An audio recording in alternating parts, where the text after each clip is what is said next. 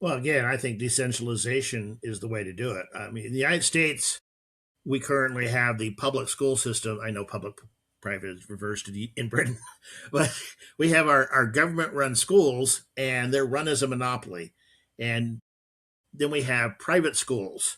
Um, but what's happening in the United States is we're seeing a mini revolution in that over the last beginning of decade. Actually, it goes back much further, but it's really over the last decade that it's begun to gain a lot of force.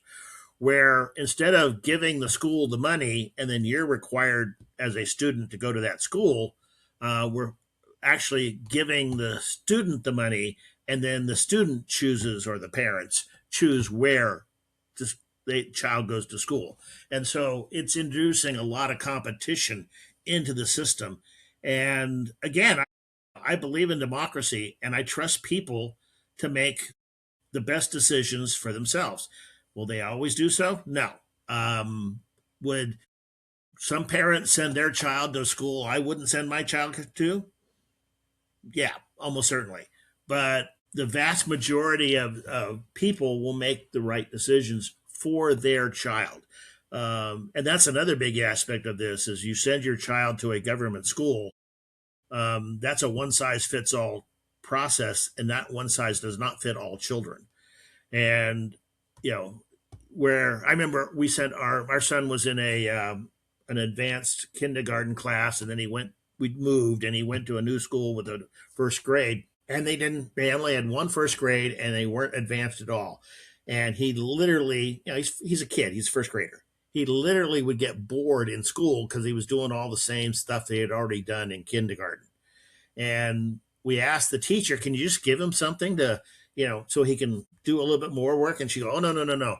Everybody in our class, my class, gets the same thing, right? No, everybody's the same. And it just didn't work. We ended up having to pull him out and move him to a private school, which we then had to pay taxes for him to go to government school. And then we had to pay taxes again, or, school fees to send him to a private school. If the parents were able to pick the school that's best for their children, you would end up, you would lose a lot of the stuff. Because you know what? Parents are going to look at things like, are they being taught critical thinking? Are they being taught good history? Are they being propagandized and taught a whole bunch of stuff that's not true?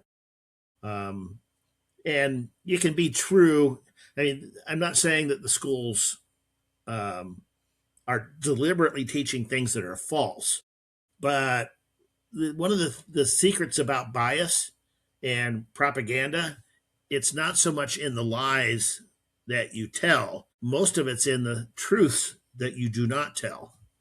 And it's the things you leave out that creates the bias more. So, yeah, all you have to do for critical thinking is ask for people to think. And so much of what we have in our schools today is antithetical to that. They don't want you to think, they want you to accept. And that's a problem.